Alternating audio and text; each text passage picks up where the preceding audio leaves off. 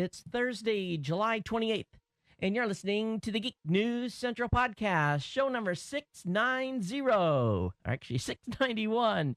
Geek News Central is sponsored by GoDaddy.com.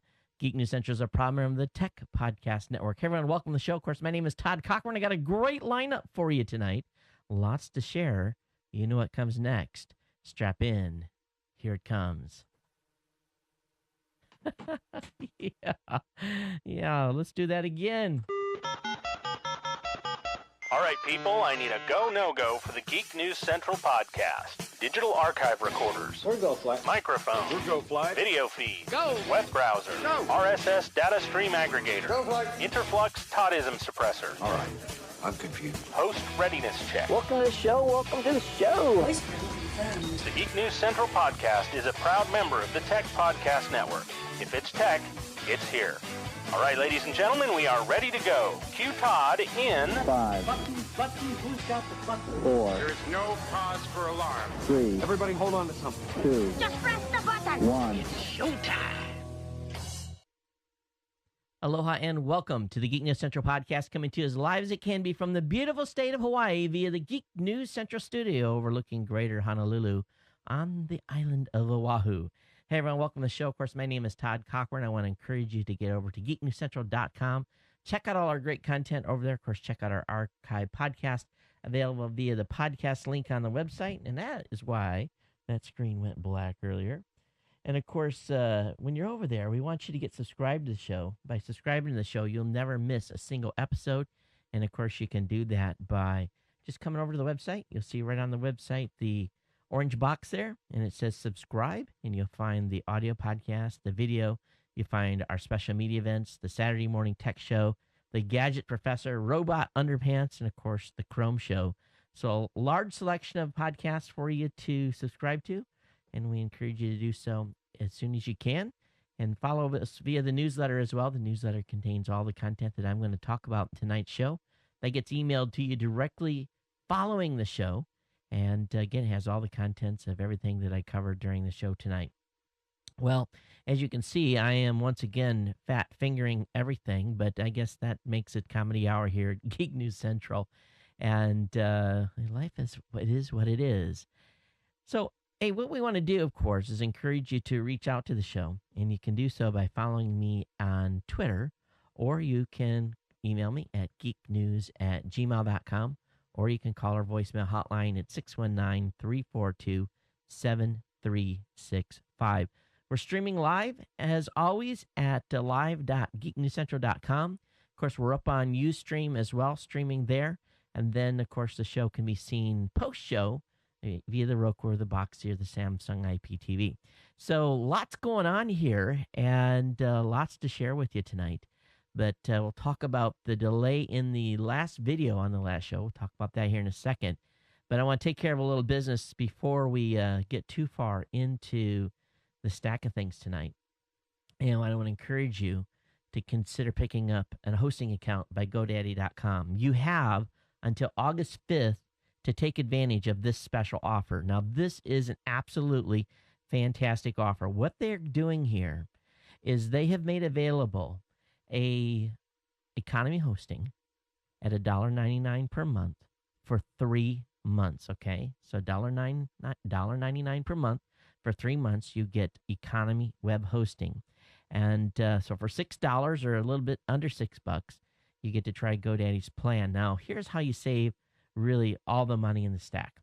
When you are getting ready to be done with those 3 months where you've basically had this great savings, is you renew with one of my promo codes. And of course, you can find my promo codes over at geeknewscentral.com/GoDaddy. All the codes are there that you can use.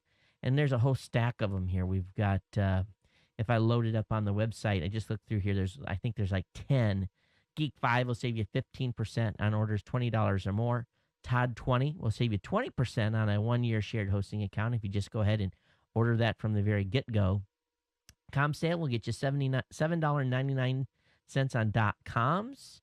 That works for renewals. And if you want to pick up new .com, $7.49 on new .com purchases. Of course, Geek will get you $5 off on any orders $30 or more. Central will save you $10 on any order $50 or more. So lots of codes there for you to use at geeknewscentral.com/GoDaddy. We want to thank them for being a longtime sponsor here at the show for sure. Well, lots going on, folks. Let me talk just a little bit about why the show video was late on the last show. As we talked about, I had been working on basically dealing with a popping issue in the audio portion of the video. And I thought I had it all fixed. So we got all done. I got done with the show. I processed the video with Final Cut in the two-step process I was going to use. And boom, I played it back and heard it. And if it annoyed me, it was going to annoy you. And essentially what I did then is I went back to the drawing board. And what we have done is I have completely abandoned using Final Cut for the final video editing on this show, and I have switched to Adobe Premiere. And so essentially Tuesday morning, I had to learn Adobe Premiere. I actually went to Adobe's website. I've never owned Adobe up to this point. Had consulted with some folks in the mainland that said this would fix it. Laid down my $800 and some to pick up Adobe Premiere, and downloaded the 5 gig download, got it installed, got the videos edited, and basically had them uploaded very late on Tuesday. So that was really the cause for all the delay, and now basically the process is in place on how to get done with the show tonight. And you should see the video about 5 hours following the podcast recording. So hopefully that kind of gets solved. And we're able to, the size on this video that we put up on Tuesday was a little bit bigger than I wanted. So we're going to be smashing that down into a lower bit rate where I'm pretty happy with the trade-off. We'll look at it on the Roku on Friday and make sure that we're good. But I think for about an hour and 10 minutes, we're going to have just about a 1.2 gig download, which is still pretty big. But considering it's an hour 10 and 720p, pretty good. And of course, there's the mobile edition of the video as well. For those of you that want a mobile edition, that's something you can handle, that's a smaller size. And of course, all of you that listen to audio, you don't give a crap about any of this stuff. You guys are listening to the audio portion and saying, well, I don't need a video. I don't need to watch him. So anyway, that's the thing. And, I don't want you guys, all of you that are listening to the show, I don't want you guys to think I've forgotten about you.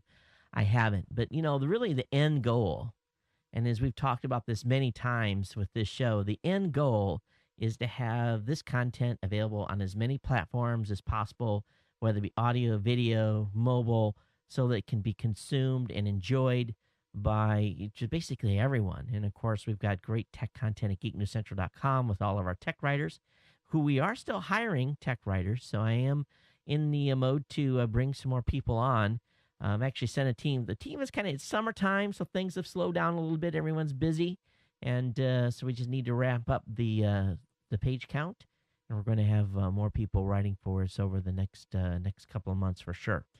Well, what else is going on? Well, of course, the Gadget Professor tonight released an edition, and I was actually looking at what he, everything is for a purpose, right? He did a review of a product called the Bytech USB 3.0 Super Speed Dual SATA Docking Station. Now, that is a mouthful, but he did a review on that, and a pretty good review, and actually I'm in the market for one of those, and that's the last step we're going to use in speeding up our complete production studio stuff here. And so I went in and actually went over to Newegg, just picked a vendor, and I ordered one of these. And then, of course, there is the other cool item he reviewed, which was the VacuVin pineapple slicer. I showed this to my wife, and she's like, wow, I've just been using a knife, but this thing makes it look cool. And $15 item. So definitely check out the Gadget Professor. He's got 2 great articles there for you to take a peek at. Before we get into the regular content tonight, I do have a stack of stuff for you tonight. If you're attending a conference, be our eyes and ears. If you're going to a conference, have tickets to go to a show, go to a conference, go to a tech show, via a social media event, anything that is even close to tech, and you've got tickets to go, and be our eyes and ears and write for us while you're at the show. And we'll make it worth your while to do so.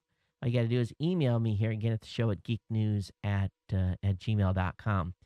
One thing I've been doing is I've been spending this week really doing a lot of meetings. It just seems like it's been one meeting after the other. Matter of fact, I've done a couple of meetings in my car, and that's always kind of awkward. But what I did is I actually had my coworker who was in Columbus start a go-to-meeting session in Columbus. I joined it on my iPad, sitting essentially in a parking lot that I pulled into at the time of the meeting, loaded the iPad up, loaded the go-to-meeting session up. The client came on the line, and he had no idea that I was basically participating from my iPad. And Angelo basically was driving the mouse and doing what we needed to do and talk about what we needed to talk about, and got off and basically everybody said, well, that was slick. That worked out great. And he shut the session down. I logged off the iPad and we were good. And I did that with a regular AT&T 3G connection.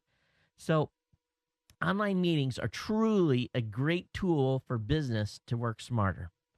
And that's why I recommend GoToMeeting by Citrix, the easiest and most reliable online meeting service available today. Join meetings in seconds without technical headaches. It's easy to set up, schedule your secure meetings with just a click. And you can hold as many meetings you want for a flat rate. Plus, voice over IP and toll-free audio conferencing is included. With GoToMeeting, you can do everything from sales calls or project meetings right from your desk or from my iPad like I did this afternoon. So GoToMeeting makes your meetings more cost and time efficient, which is better for business. My listeners of this show can get a free trial of GoToMeeting by going to gotomeeting.com. That's 1 month of unlimited meetings by going to gotomeeting.com. Click on the Try It Free button, and then, of course, enter the promo code podcast. That's gotomeeting.com, promo code podcast. We want to thank Citrix GoToMeeting for being a sponsor here at the show. And, of course, you see the pop-up there on the screen, and you get that link there if you missed it during the spot. And go ahead and give them a try. Give the application a try. I guarantee you'll be impressed. This coming next show, when I'm actually going to be on travel, I'm going to be flying out of Honolulu on Saturday. I'm going to be in the Austin area next week in Texas. I've got a special announcement to make on Citrix the next show. They're introducing something that is absolutely fantastic. Matter of fact, I've been using it in some of my meetings because I've got the beta. Wait till you guys hear what they have come up with and a product that's going to be released next Tuesday. It's going to blow your minds what they've done, and it's everyone that's seen it so far has been like, oh my goodness. It completely ups the game of the application, and I'll be excited to share with you what they've done here next on the next show, on the next Geek News Central. Of course, we'll have the Saturday morning tech show and Chrome show as well, and then again fly out Saturday night. So I'll be busy getting the show ready to be knocked out and get online. All right, let me go ahead here and let me look at my stack and see what I've got. I think that's it. Robot Underpants, of course, will be out on Monday. And don't forget to check out all the shows at techpodcast.com. Great site full of family-safe content. And all the team members over there are fantastic and working together on a regular basis and doing lots of events together. All right, let me go ahead here and open the stack and see what I've got here. Again, if you've got comments on today's show, all you really have to do is go over to send me an email at geeknews@gmail.com.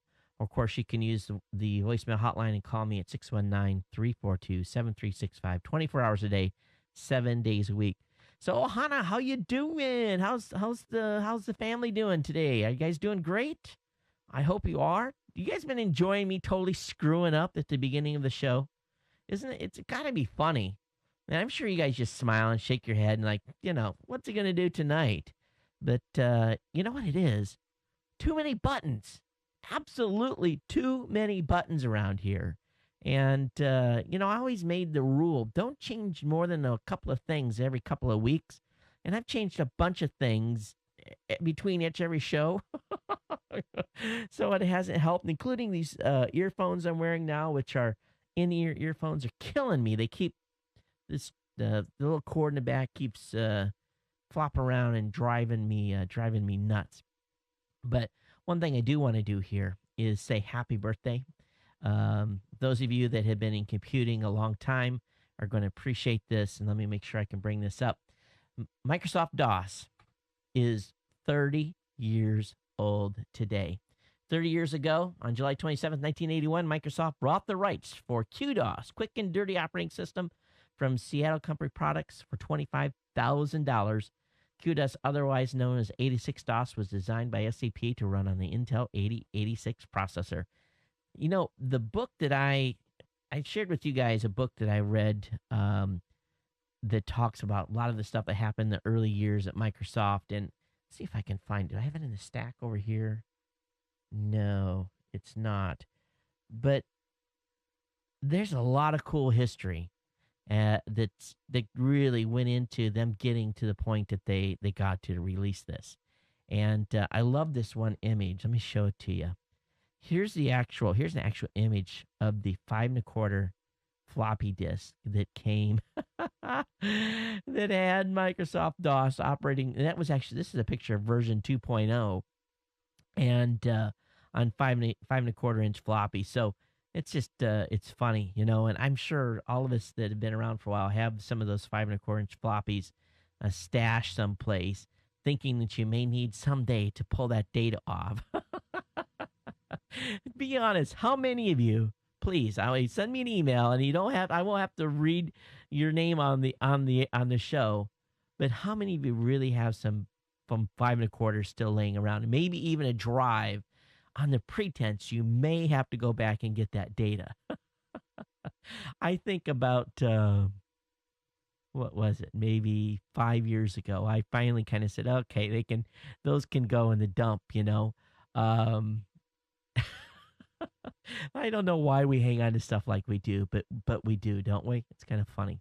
Maybe you guys don't, but I guess, you know, I'm a little bit of a pack rat when it comes to geek stuff, and my wife gets on me quite a bit about having to make sure that will you really need this? I might need that. You know, 3 years later, it's, you know, I get asked the question again. Hey, it's being said that Twitter may soon flag tweets with not safe for work content. And apparently there's a new field in the API designated possibly sensitive that will appear when any tweets contain a link. Right now, this field does nothing, but in the future, it could tag tweets with potentially offensive images and video links. Twitter users would then have a global option in their account to hide or display not safe for work media. So, kind of interesting. You won't find anything in my feed that's not safe for work. I know sometimes I've punched a link before and, you know, I got a bit of an eyeful, but please be aware that my Twitter feed will do our best to make sure it stays safe for work. But anyway, pretty cool stuff that they're going to do there. Hey, Alan had written an article on Geek News Central talking about Fox, and this made pretty big news today across the space on how Fox is basically changing their playback rights on content. Over at New TV, they basically they looked at how the network was viewing it, how people were currently viewing their content, and essentially Fox is saying that their new plan will thwart users by blocking Hulu and Fox.com access to anyone who can't prove they are a cable or satellite subscriber. They will do this by only allowing access of recently released episodes to those users and forcing everyone else to wait 8 days for yesterday's shows. Now, I'm kind of thinking, so what? I'm usually watching stuff that's 2 or 3 weeks old. There's very rarely do I find a time when I'm watching a program that's released on today. And, you know, because we've cut the cord here, it's really it's a different you just train yourself to be in a different consumption model. Now, when I first joined the Navy and went to Guam for my first tour in 1984, the first 3 years I was in Guam, everything was a week to 2 week tape delay. There was nothing live. Football, basketball, everything was on a week tape delay. I think the only thing we got live was the Super Bowl. So for me, it really didn't make a difference back in that time because we were already a week behind or 2 weeks behind the mainland. And so if you train yourself just to be a little bit patient and wait for that content, then I don't see where 8 days is going to be a big deal. But Fox's president uttered the following comment: "We're concerned that cord cutting is going to be a problem. The more you enable it by putting content out there for free without any tether to pay TV subscription, the bigger that danger becomes." Well, they are worried about those of us that have cut the cord. And I say, oh, well, change your business model. Make your content accessible, even if it's commercial contained, and in a setting that I can consume it. I don't want to consume your content by paying Time Warner $100 every month for a cable bill. Okay. Now, talking about those who've cut the cord that are using services like Netflix, it's being reported by Nielsen that 25% of Netflix users stream on the Wii. Okay, the Wii. The Wii has mostly composite cables, not an HDMI cable. So most people are watching the Netflix on their Wii in 480p, not HD. And you know what we didn't do? We didn't give away the Roku. We'll do that here in a second. Thought I forgot, didn't you? And I did. But Netflix reminded me. So that's huge that 48% of the people are watching, 25% of Netflix stream on the Wii. I'd like to see a full breakdown of devices that people are using to watch Netflix. I bet they're on everything. It's got to be a huge, huge list. All right, let me go ahead here and open up. I've already got the winner selected.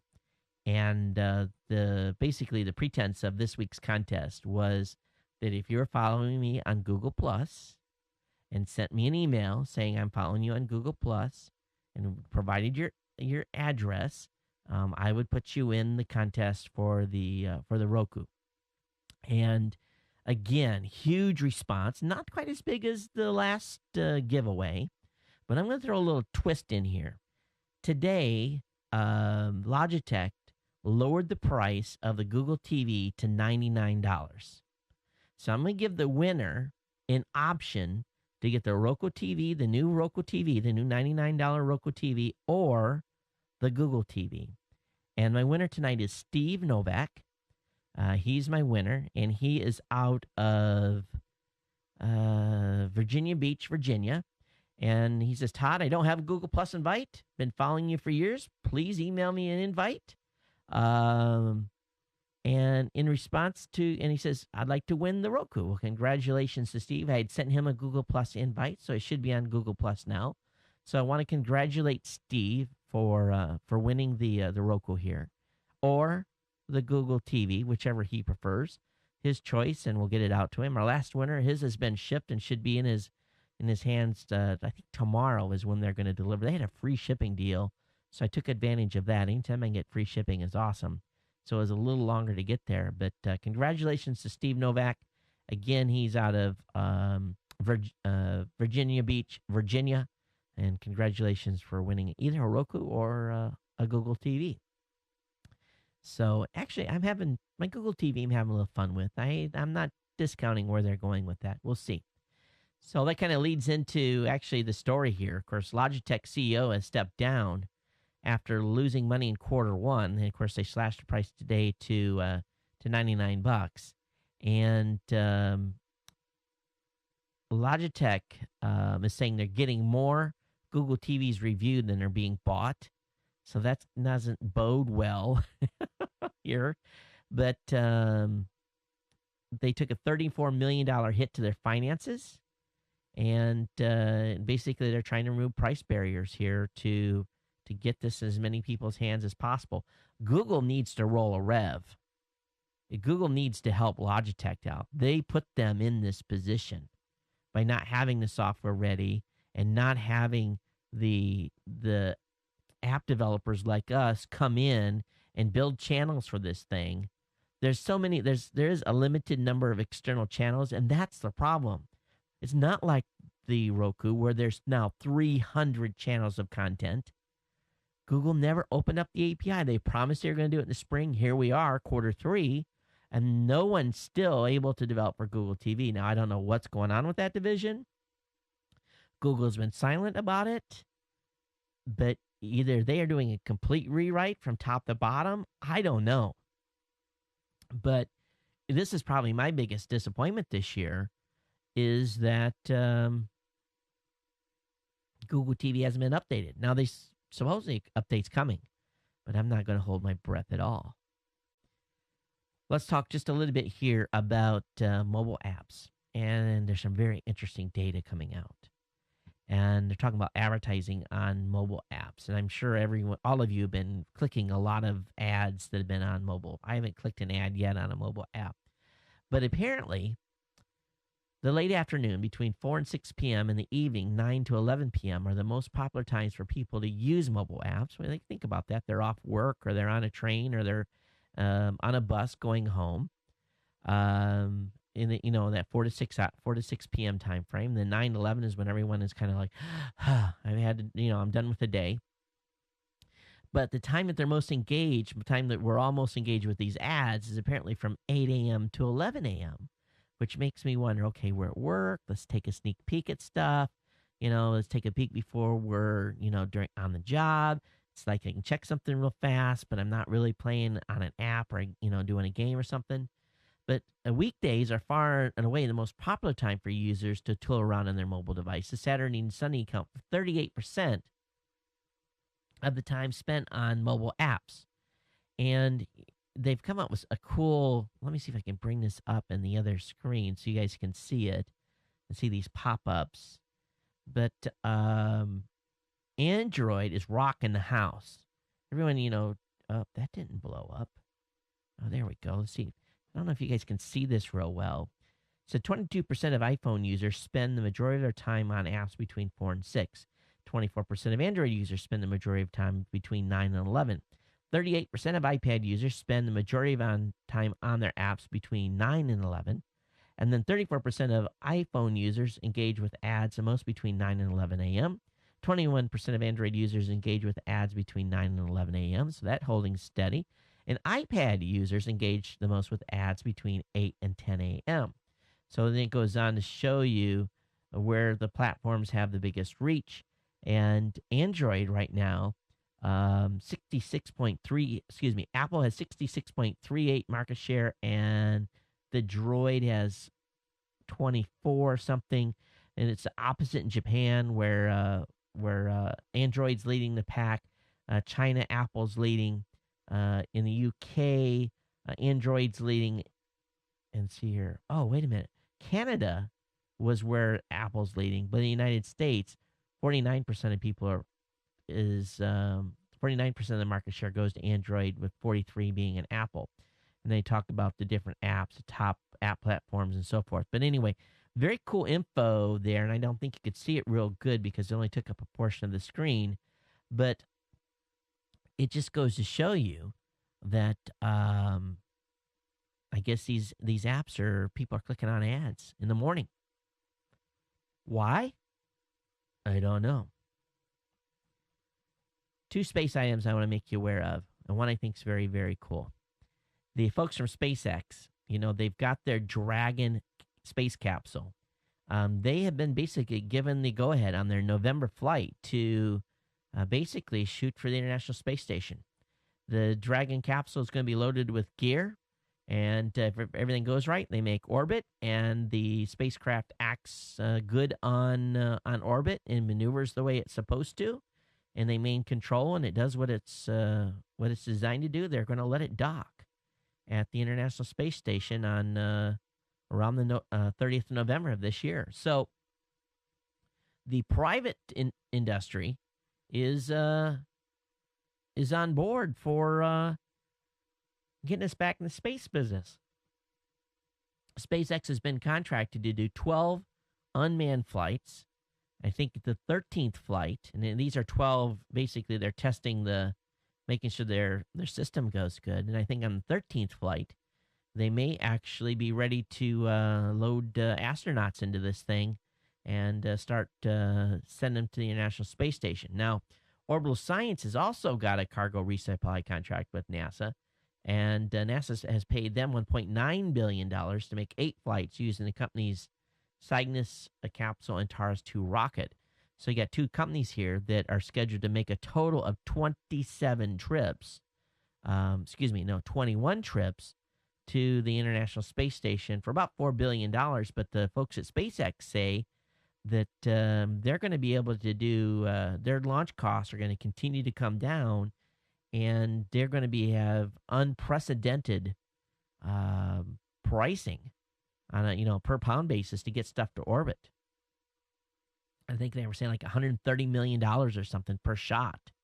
And that is like unbelievably cheap, considering that a single space shuttle mission was like $2 billion to do a single mission. So we'll see what happens with this, but lots of good information coming out of these 2 private space organizations. Now, on the NASA side, the Senate has subpoenaed NASA to deliver documents on their new rocket, and someone's upset at NASA for some reason. I think the Senate thinks that they're pulling a fast one, and but the Senate Commerce, Science, and Transportation Committee, who were architects of the NASA's Authorization Act of 2010, basically exercised a subpoena, basically telling NASA, hey, you need to come forward and you need to tell us where you're at on development of this heavy lift. And I don't know if this is a contract play or if senators are trying to make NASA come clean on how this, what they're really doing here. I think it's a shell game. The Space Launch System is the most important expensive decision NASA will have to make for the next decade. This is what the NASA spokesman Michael Cabbage said. And we want to get it right. We don't want to repeat the mistakes of the past or get pushed into making a premature decision about our nation's deep space exploration plans. Premature decisions. That means someone in Congress is pushing for these folks to start signing contracts. That's what it sounds to me like. So we'll see where this goes. We'll have to keep an eye on it, okay? Hey, are you a webmaster? Is your web page loading a little slow? Google wants to help speed you up. Google thinks the web should be faster, so what they're going to be doing is they announced Google Page Speed Service. A new service which aims to help other sites pick up the page. Page Speed Service will wedge itself between an existing site and the web and will rewrite the site's code on the fly to optimize it for speed.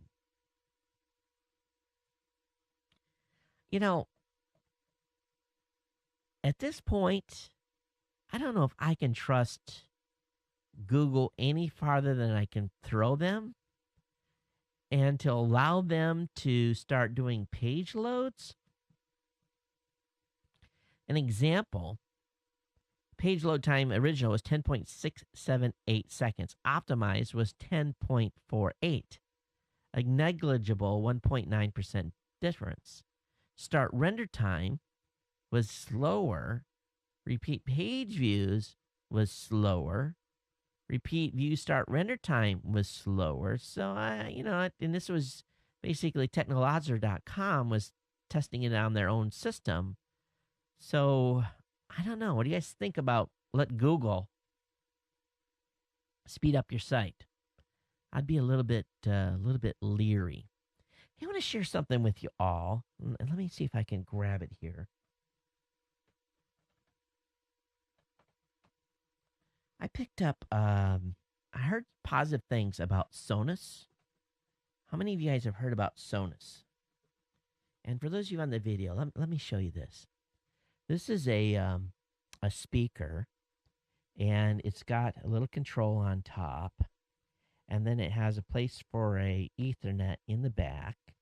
And if you want to mount the speaker, you can. And it's powered by regular power. This specific one I have wired into an Ethernet connection. Let me talk about this for a second here. Hang on. Let me get it hooked back up to the Ethernet.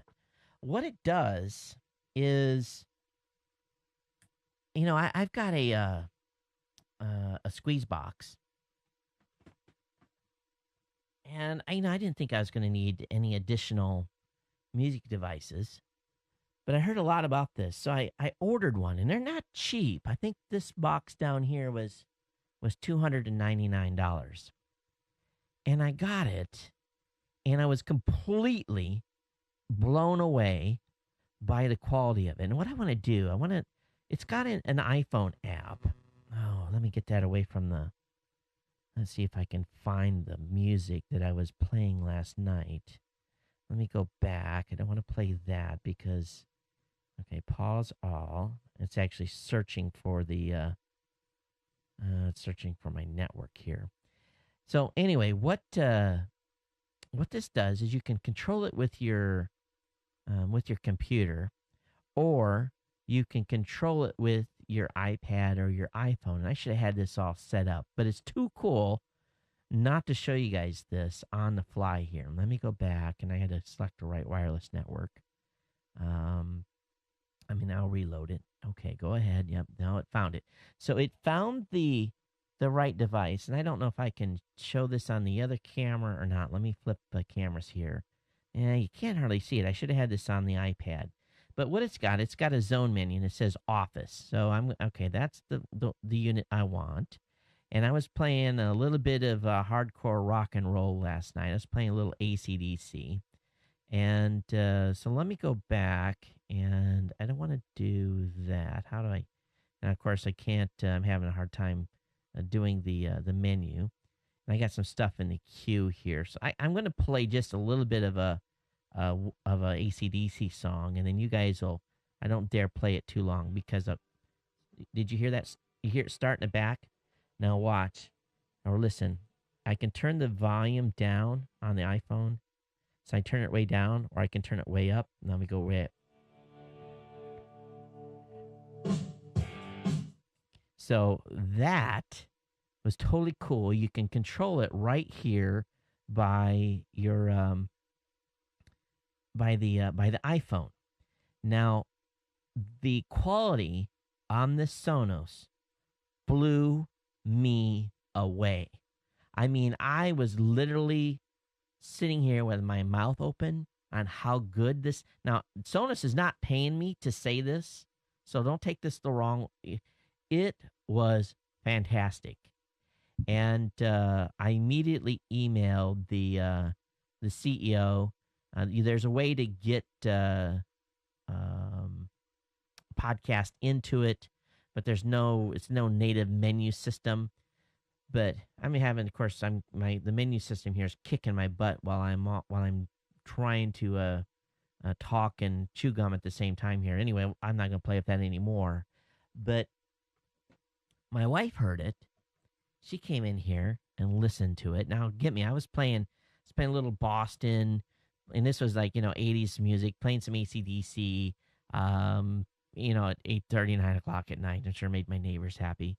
And she come in, and, first thing I'm expecting her to say is, turn it down. And she's like, that sounds good. And what is that? So I talked to her about it, showed her the system.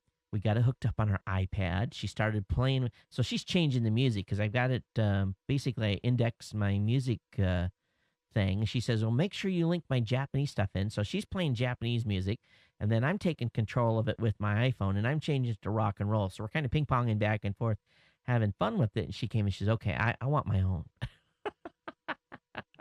And she said, I want in the bedroom. You guys, you all that's been following the show for a while know that she never puts in an order.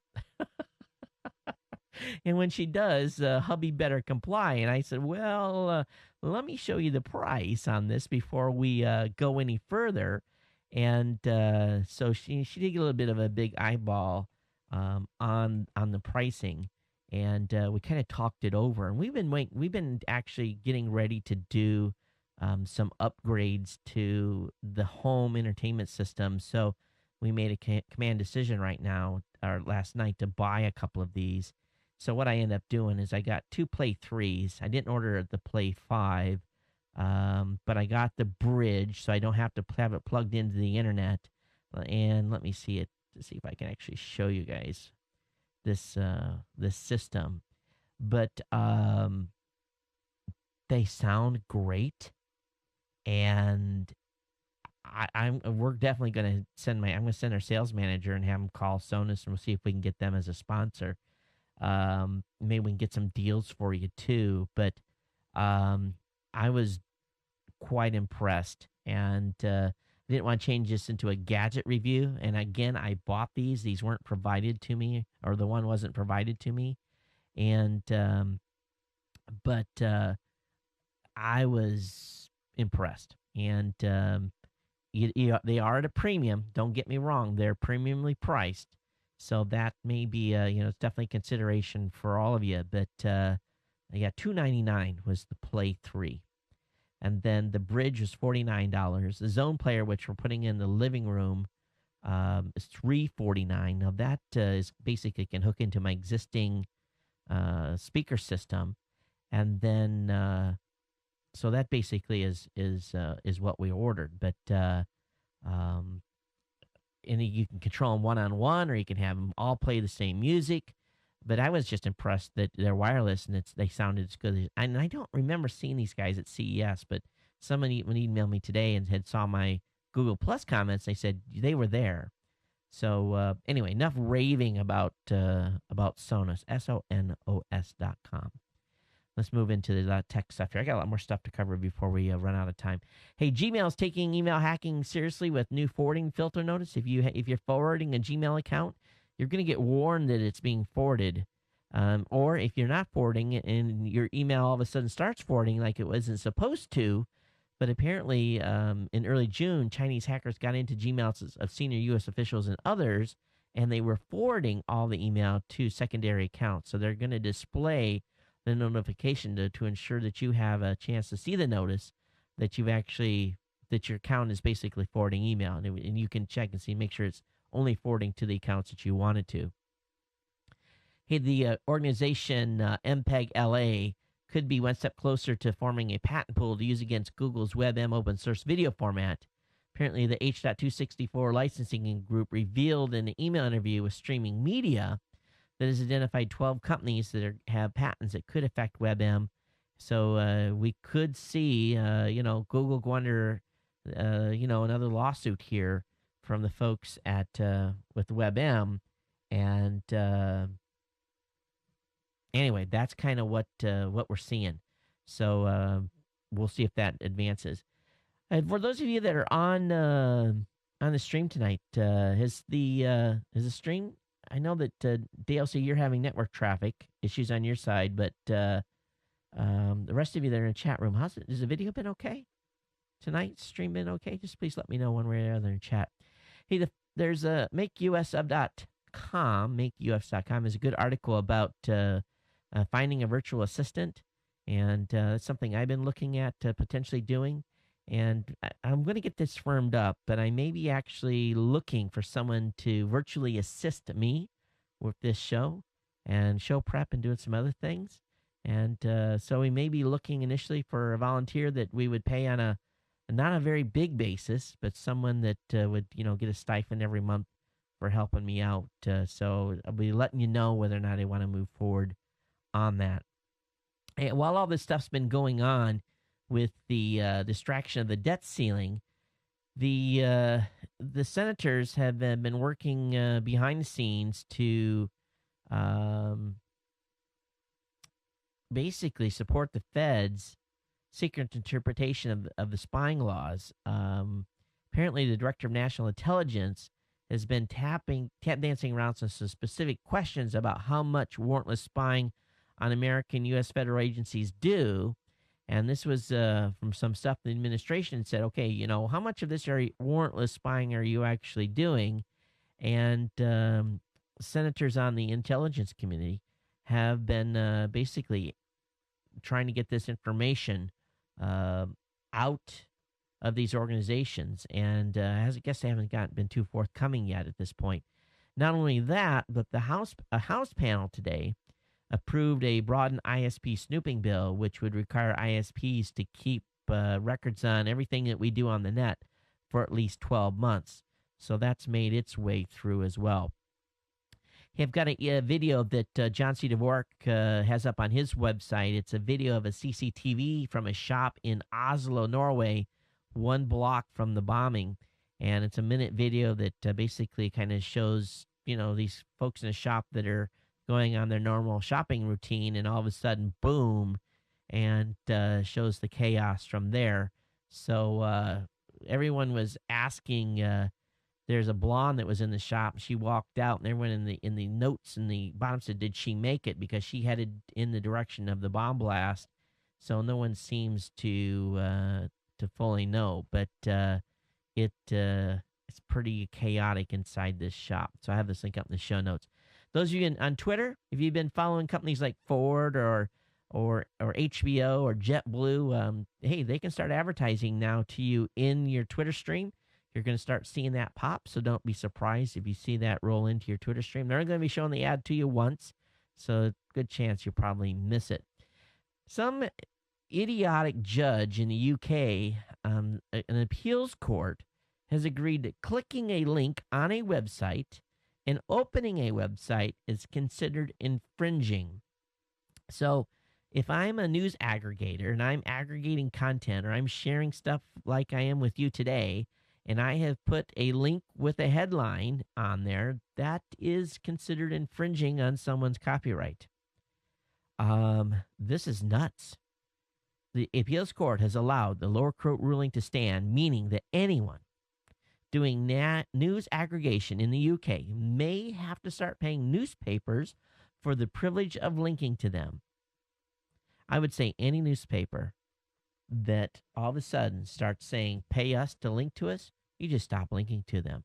Don't give them no link juice. And if enough people do that, this will resolve itself.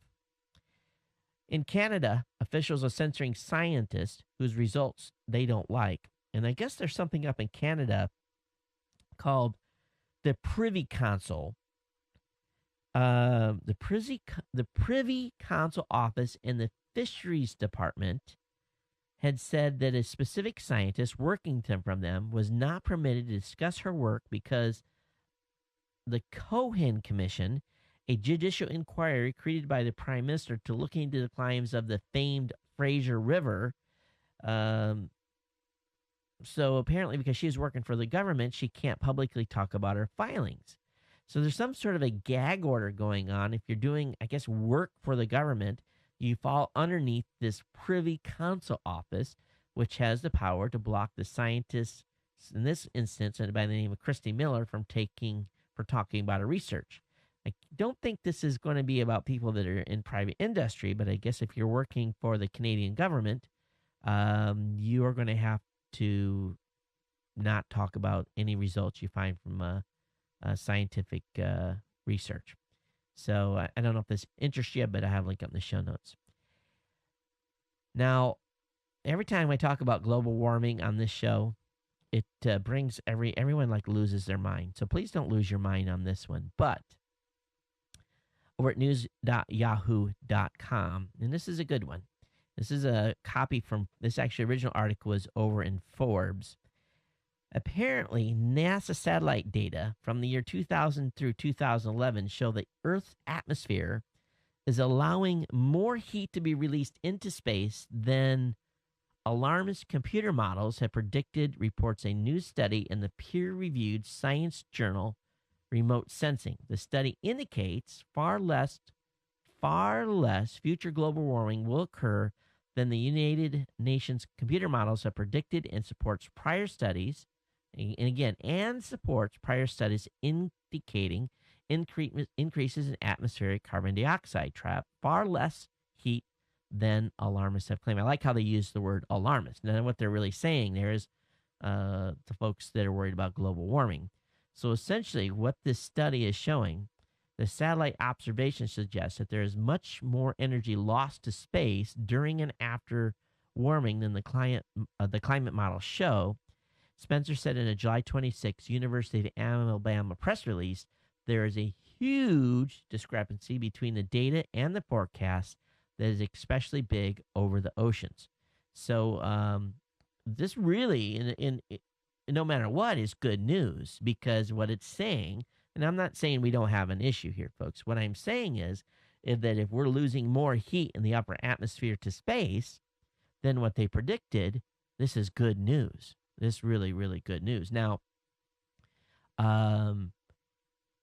apparently the new NASA Terra satellites data are consistent with long-term NOAA and NASA data, indicating atmospheric humidity and cirrus clouds are not increasing in the manner predicted by the global warming computer models. And it does go on to say that the satellite data shows that for the 25 years and counting, carbon dioxide emissions have directly and indirectly trapped far less heat than the global warming computer models are predicted. So, irregardless, if we have more carbon or not, or more CO2 or not, the release of more heat is a good thing for all of us. And this is good news. How much? I don't know. They don't quantify it in numbers. They just say a lot. And, that a lot could be a 10% more or whatever. But hopefully we'll get the full details on this. It'll be broke down by a few more organizations, okay? Hey, of course, if you got comments on tonight's show, geeknews@gmail.com, voicemail hotline 619-342-7365. Hey, NASA's Juno spacecraft has been mated to a United Launch Alliance Atlas V 551 rocket ahead of its forthcoming trip to Jupiter. The most powerful Atlas rocket ever made is sitting on the launch pad at Cape Canaveral. And if all goes well, we're going to punch this new spacecraft spacebound on August 5th. So Juno will arrive at Jupiter at 2016 and orbit the gas planet poles 33 times, and is solar powered and will be operating at a considerable distance from the sun. And but I guess I don't know why they don't have a nuclear power plant in this if it's going to be going that far. But this thing is huge from a solar panel standpoint. But I guess we're going to go out and take a peek at Jupiter. So that launch is due to happen here soon. Here's a good article in Bloomberg Business Week talking about bad apples, and they show the difference between the real Apple stores and the fakes. I think it's pretty comical. I'll let you guys read through that. I have that link up in the show notes for you. British Telecom has been ordered to blacklist Usenet search engine. A judge has ordered British Telecom to begin blocking subscribers from accessing Newsbin 2. So you in the UK, you're going to have to use another service to get to that site if you want to. Those of you that are using Microsoft Office and running on a Mac with the OS X Lion loaded, Microsoft's saying it's going to be a few months before they're going to be able to fix all the bugs and to get full screen and all the other stuff that doesn't work. So a lot of companies are racing to fix stuff that doesn't work. And I don't understand why these folks weren't ready. How come they weren't running beta versions and getting the code squared away so they would have updates ready when Lion launched? I just don't get it. Of course, moving on to a new topic here, the internet was abuzz that the UK police had picked up the low-sec security spokesperson, but everyone's saying they got the wrong guy. And so the UK police are trying to figure out whether or not they've got the right individual. So, but everyone's on the net saying you got the wrong dude. Time will tell if that was smoke and mirrors or if it was truly they got the wrong guy. We'll see. They've been under some pressure. The Metropolitan Police in the UK have been for some misarrest here in the near past. How many of you have a car that can be opened with a remote control or can be started by a remote control? Well, apparently hackers have discovered a way to hack into your car's remote control app. So apparently they're unlocking and starting cars just by brute force. They can turn the engine on, and all they got to do is really set outside your vehicle they say the one vehicle they did, it took 2 hours to break into. But, if a car's sitting in a mall or, you go into a parking lot, you can get a lot done while people are eating or, and basically can set up to steal vehicles pretty easily. So, this is curious to see what they developed here, but a laptop and some war driving type of stuff. The hackers have been basically able to get access to some vehicles, and that does not bode well for all of us that have cars that have all these extra remote control features. Hey, there's a new system being tested. It's called Angel Med. It's a Guardian system, warns patients of impending heart attacks. And for those of you that may have a heart condition, this is an implantable device that basically calls you, says, hey, you need to go to the hospital because you're getting ready to die. So that's interesting. But this system's undergoing clinical study, and the results have been positive. So anyway, I have a link up in the show notes on the Angel Med Guardian system. And I don't want to, heart disease is a big issue for a lot of men and a lot of women too. And we're all getting fatter in this country, and most of us are going to have more plugged arteries there's probably going to be more plugged arteries than what doctors can keep up with. But this is nice that they're coming out with more monitoring stuff for folks that have a heart condition. Hey, Spotify was sued for patent infringement, and it only took a week, so that shouldn't be surprised. Hey, I'm going to give you some caution here. Have you heard about Airbnb? Airbnb is where you can put your house and make it available for rent when you're going to be out of town.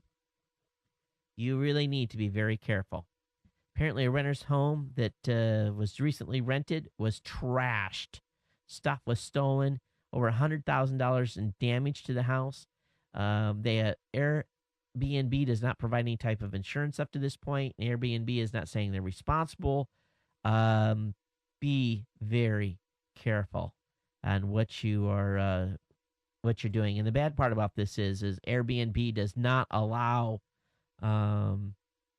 you to see who's renting your place up until just a short time beforehand. I think what they should do is, require a huge security deposit down by anyone that's going to rent someone's place. You got a credit card. Okay, we're going to put a $5,000 hold on your card for the next 30 days. But it didn't help. $100,000 on damage on this, folks. All right, you're using a lot of data with your AT&T mobile device. AT&T is going to implement data throttling in early October, just in time for iPhone 5. So if you have been a naughty user and using your phone like it's going out of style, AT&T is basically going to throttle you for a whole month. If you use more than the data you're supposed to, between 2 and 4 gigabytes, you are actually going to get throttled for a whole month. A whole bill, and they're going to put you in the penalty box for 30 days. Wow. And this is because AT&T has seen an 8,000% increase in mobile data traffic since the original launch of the iPhone 1. And with people using Netflix, Pandora, Spotify, MLB, Sling, and other 3G streaming apps, the demand for media bandwidth continues to rise, and they don't want you using any data. So if you are using more, if you're doing more than 4 hours of streaming movies, more than 5 hours of streaming music, if you're reading more than 12,000 emails, or viewing more than 12,000 website views, you will likely be throttled. Believe me, you don't have to do near that much to reach 2 gigs. I'm going to tell you, I use a portable media a lot, and it doesn't take too long to get to 5 gigs, let alone 2 gigs. But your lovely AT&T service is going to be putting you in the penalty box. Yeah, I found a pretty cool service. It's called TaskRabbit. Wow. TaskRabbit, the online marketplace that allows people to outsource errands and other jobs. This is cool. This is really cool. If you have something to be picked up, groceries, need something done like laundry, feed your dog, just take your car to get fixed, And if you're willing to pay $20, $10, $15, $30, $40 for someone to sit with your vehicle or pick up groceries for you, you can pay them to do that. There's going to be a whole cottage industry of people willing to do tasks for people. This would be a great job. This would be a great service for a retired person. Has plenty of time on his hands, like to do a few errands, run around, and you can pick stuff up for people and you can get paid to do it. This is a smart service. TaskRabbit.com. The app is available starting tomorrow on the App Store. This is really, really cool. Now, you have to have a Facebook login to use it, but it's being used in a handful of cities, and but we'll see if it's used in Honolulu, because I can use some people to do some tasks. Looks like Sprint's keeping up somewhat in the subscriber count, but they did have a pretty big loss, $847 million loss last quarter. So pretty sad to see that, but they've done some deals with some LTE folks, so we'll see where that happens. Amazon is really ramping up, and they're going to try to compete against Netflix. They've added a bunch of titles, 6,000 to 9,000 titles in the past week, which is huge. Google has launched Hotel Finder. So this is a new thing. So if you're looking for a hotel in a specific city, I don't have an actual link to his Hotel Finders where. It's google.com/hotel finder. So if you're looking for a hotel, you can get reviews and information on hotels. I don't quite frankly understand why anyone would use this. Most of us stick with chains and so forth. This next article has got huge potential. It's called it's about a material that would allow doctors to sculpt delicate facial features. And really what they do is they can inject you with it's like a gel. It's got some natural stuff in it that is basically used today in skin reconstruction, and it's got some polymers in it. And it sounds kind of scary, but what it does is, let's say you have someone that has had, like maybe lip disfigurement or areas that are real hard for plastic surgeons to work around. This stuff can be massaged into shape and then permanently locked by exposure to a light, a specific frequency in a light. It causes it to harden. And then what happens, they say, is it dissolves over time, but it allows the body to rebuild that area with layers of skin and muscle and whatever else needs to happen to make. And they can do this 2 or 3 times to get the face and other places back in order that have had challenges. So this is pretty cool stuff, and they're in clinical tests with this right now on, I think, mostly animals at this point, but they have done a few human things as well. Running out of time here. Got a video of the first ever catapult launch of the F-35. This isn't the vertical takeoff version, but the F-35C, I think, which is designed to be onboard aircraft carriers, of course. 2 women that were renting an apartment down in Florida found like 20 cameras. And I'm looking at this picture. These gals are absolutely cute. And they're here as students on a student visa or something for the summer. They're not, they're only here for like 3 months. And they rented this apartment complex. And again, they're Bulgarian students, and they found a hidden cameras in their bathroom, in their bedrooms, all over the place. And they were all going to a locked room that had hooked up to a device that was connected to the internet. So someone's been watching them do everything that they do in their home. So they're pretty freaked out. And obviously the police are on the case on this, but these 2 very cute gals have definitely been violated in a big way. Pretty sick. That's peeping Tom stuff to a whole new disgusting level. Just unreal. Toyota's integrating a EKG or ECG sensor into steering wheels, and it can detect if someone's had a heart attack. And somehow the device will know if you're passed out, and it can stop the vehicle. Interesting. See how this one works. Hey, there's apparently this guy that has been wanted by the police, and he decided to go on Facebook and taunt them. He's in jail. Couldn't keep his big mouth shut, so he's under arrest. What else do I have for you? Last couple of things. And I got a motorcycle going by.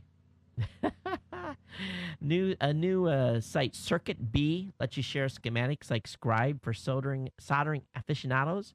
So this is pretty cool. Circuit B is a site that's just launched. Again, circuitb.com. So check that out. As a geek, I love this. And again, that's it for tonight. That's all I got for content. I've got some emails to get through here. No voicemails tonight.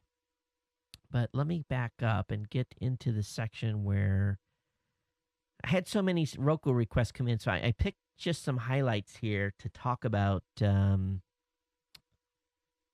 I don't know if I read this on the last show or not. He says, "Hey, Todd," this is from Bruce out of Amesbury, UK. And he says, "You mentioned your sleep study recently. I can relate to your situation, having had to endure 2 operations to try and sort things out.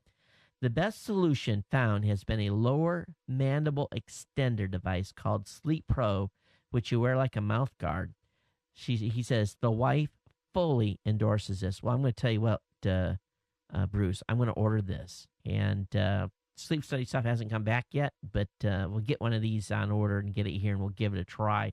And I love advices like this. Anything's better than being on that pressure machine. Got an email here from Braulio, and he's out of Bakersfield. He said, "Hey, I follow you on Google+. So I've been listening to your podcast since around March. I think it's the coolest podcast on Stitcher, and I listen to it every night that's available. Thanks for your podcast." Thank you so much for being a listener here, Braulio. And I hope I pronounced your name correctly. Got an email here from Tim. "Is it just me, or is this interesting timing with the last mission of our space shuttle? Basically, the Russians had talked about sinking the International Space Station by 2020. Well, as a follow-up to that, they've kind of backed off. NASA wants to move forward and keep the International Space Station going to at least 2029. But the Russians were like, hey, we're going to sink this thing. We're going to deorbit it in, 2020. It's last time I checked, what year's this? Oh, my God. Sink this thing in 9 years? Are you guys smoking crack for, we've just got the thing built. So I guess we'll see what type of condition it is in 9 years and if they can keep parts rolling up to it. But Tim, thanks for that so much. Got an email here from Bree, one of our longtime listeners. She's out of Washington, D.C. She says, "Todd, this is from NextGov article. The battle over whether a nationwide broadband network planned by startup wireless Light Squared could knock out the global positioning receivers took a new twist Wednesday when the GPS manufacturers and end users leaked to the media an internal FAA administration report that could lend weight to their concerns." So, no one wants... this folks Light Squared have made a deal with Sprint to provide LTE coverage to those of you that are in rural areas. And Light Squared's having trouble here with the global positioning system. So they're going to have to get that sorted out. That's for sure. And unless their business model's dead on arrival. Got an email here from Miss Smallbiz. She says, "Be careful with Google Plus and the old Buzz. Even though I turned off Buzz, it's somehow linked into my Google Reader and is posted to Buzz everything I shared in Reader, which then shows up in Google Plus profiles." So thanks for that, Miss Smallbiz. I appreciate the link on that. Got an email here from, actually, Steve was our winner. And we already covered that. Got an email here from Rich. He says, "Hey, no problem if you haven't any invites left." And this is basically, he was asking for a Google Plus invite. He says, "I understand that I probably won't be able to take part in the Roku competition as I'm in the UK. Nah, it doesn't matter. We'll ship it anywhere. You might remember I was the winner of the G Data competition, which I've installed and works fine. Thank you. Hope to hear from you soon, Rich." Rich, no, he didn't win, but thanks for the email. Last email tonight is from Gary. He said, "Hey, Todd, listen to the show today. Here you can say you can get invites on Google Plus. Well, I'd sure like to have one." Well, you've got one.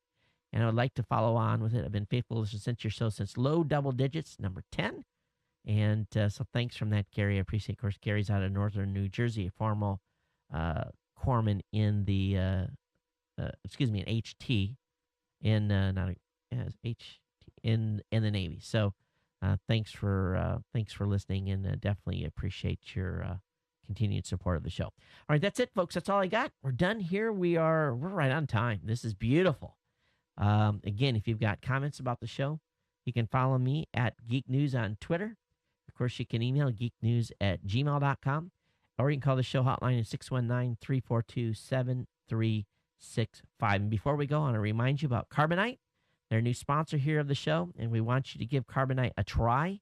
Again, Carbonite Online Backup protects your pictures, your computer, everything automatically. And my system is completely backed up now by Carbonite. It just does a nightly update. I know my data is up, safe, and secure. You can get unlimited backups for your PC or Mac with anytime, anywhere access for $59 a year. That's less than $5 a month. It's easy to get started. Only takes a few minutes. Start your free 15-day trial at Carbonite.com. No credit card required. Use the offer code TPN for Tech Podcast Network, and you'll get 2 free months free if you decide to buy the program at $59. That's Carbonite.com, and the offer code for 2 free months is TPN. I want to thank Carbonite for being a sponsor here. We hope that you guys will support Carbonite, and we want to thank them for being a new sponsor here on the show as well. We got them at the end. Should have got them a little bit earlier mid-show, so I'm actually not going to charge them for this ad because I should have run it earlier. But everyone, thanks for hanging out with me. It's been fun.